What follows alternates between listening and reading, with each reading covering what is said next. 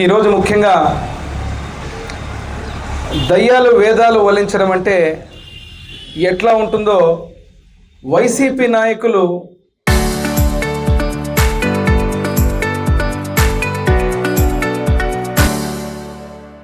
రైతుల మీద మన పశ్చిమ ప్రాంతం మీద తెగ ప్రేమ ఒలకబోస్తూ నిన్న కొన్ని వ్యాఖ్యలు చేయడం జరిగింది.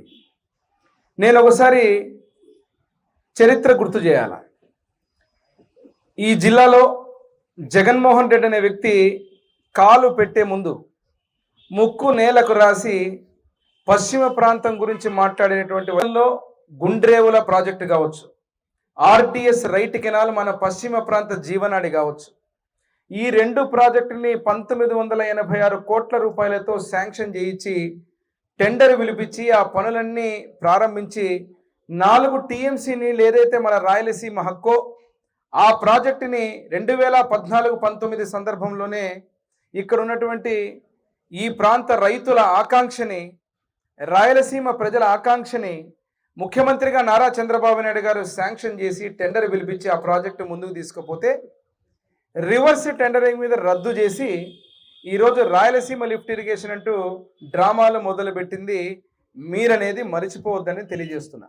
ముఖ్యంగా ఈ పశ్చిమ ప్రాంతం గురించి మాట్లాడినప్పుడు మీరు చేసినటువంటి పాపం, నేను గతంలో ఉన్నప్పుడు నేను ఓడిపోయిన సందర్భంగా ఆ రోజు ఉన్నటువంటి శాసనసభ్యులను కానీ అదే రకంగా వైసీపీ అధికారంలో ఉన్నటువంటి పార్టీని కానీ ఎన్నోసార్లు వేడుకోవడం జరిగింది.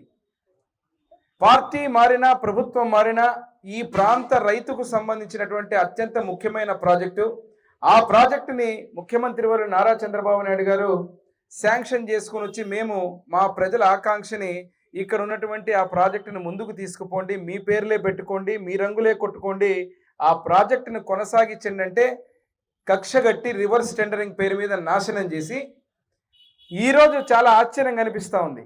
రైతుల మీద ప్రేమ వలకబోస్తున్నారు.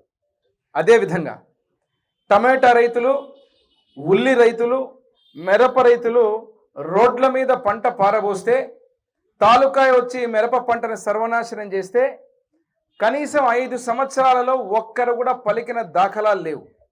మేమందరం ఆ రోజు ప్రతిపక్షంలో ఉన్నప్పుడు పొలాల దగ్గరకు పోయి రైతుల పక్షాన్ని నిలబడి మాట్లాడితే 5 సంవత్సరాలు ఏమాత్రం ఉణుకు బెనుకు లేకుండా ఈరోజు చాలా ఆశ్చర్యంగా రైతుల మీద ప్రేమ ఒలకబోస్తూ మాట్లాడుతున్నారు.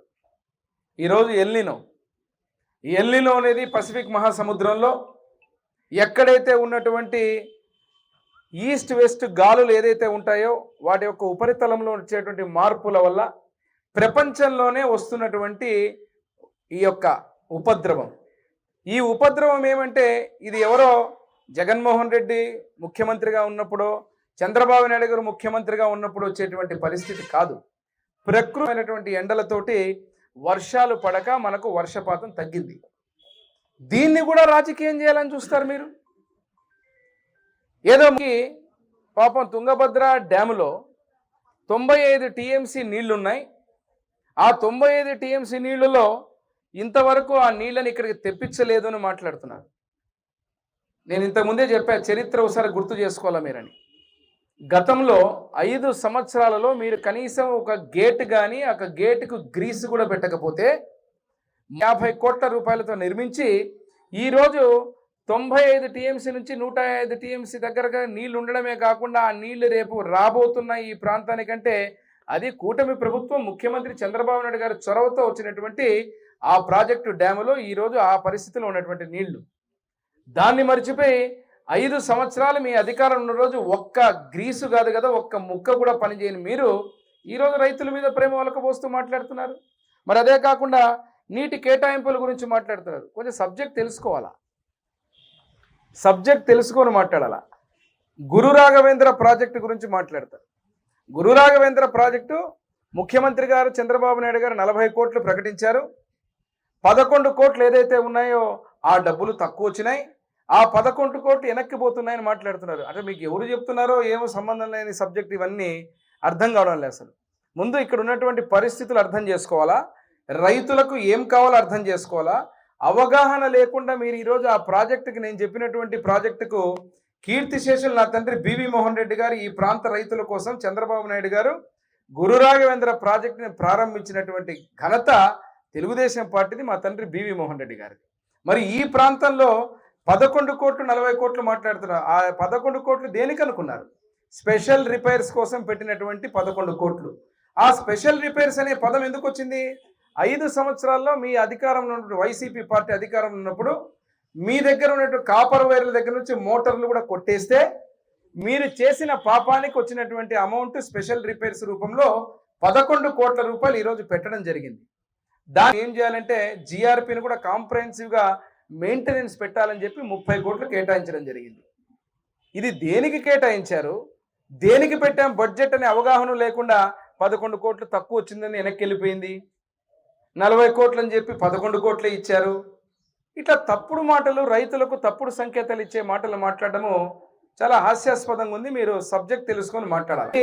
మా ప్రాంత రైతులకు సంబంధించిన హక్కు ఏదైతే ఉందో ఆ నీళ్లను కూడా ఒక్క చుక్క కూడా మళ్ళీ తగ్గకుండా మనం వీలైనంత వరకు మా రైతులకు ఇచ్చే విధంగా ముందుకు చర్యలు తీసుకుంటున్నామని మీకు తెలియకుండా ఈరోజు మీరు వచ్చి ఏదో పాపం మీ వినికి కోసం డ్రామాలు ఆడుతున్నారు.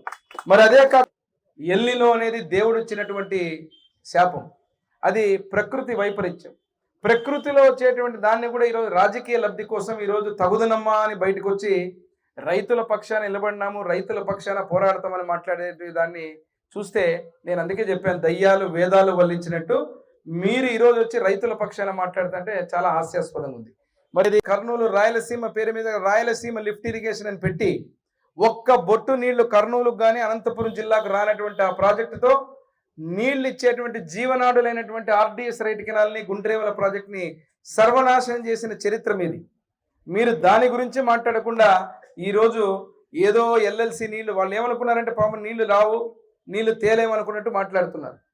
కాబట్టి ఈరోజు ఇక్కడ ఉన్నటువంటి రైతాంగానికి పాత్రికేయ మిత్రుల ద్వారా ఒకటే తెలియజేస్తున్నాం, పూర్తిగా విషమ పరిస్థితిలో ఉంది.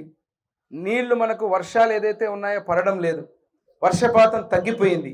అయినా ఈ కూటమి ప్రభుత్వం, ముఖ్యమంత్రి గారు నారా చంద్రబాబు నాయుడు గారు, నారా లోకేష్ బాబు గారు, డిప్యూటీ సీఎం పవన్ కళ్యాణ్ గారి నాయకత్వంలో నరేంద్ర మోడీ గారు ప్రధానమంత్రుల ఆశీర్వాదంతో ఇక్కడ ఉన్నటువంటి ఏదైతే తుంగభద్ర డ్యాము నుంచి వచ్చే నీళ్లలో ఈసారి స్టాండింగ్ క్రాప్ ఏదైతే ఉందో వాటికి ఖచ్చితంగా నీళ్ళు ఇచ్చి కాపాడుకుంటామని చెప్పి రైతాంగానికి మొత్తం తెలియజేస్తున్నా. ఎవ్వరు కంగారు పడాల్సిన పని లేదు. అట్లని చెప్పి నేను నీళ్లు అద్భుతంగా ఉన్నాయని చెప్పను, కానీ ఆ చర్యలన్నీ తీసుకుంటాం.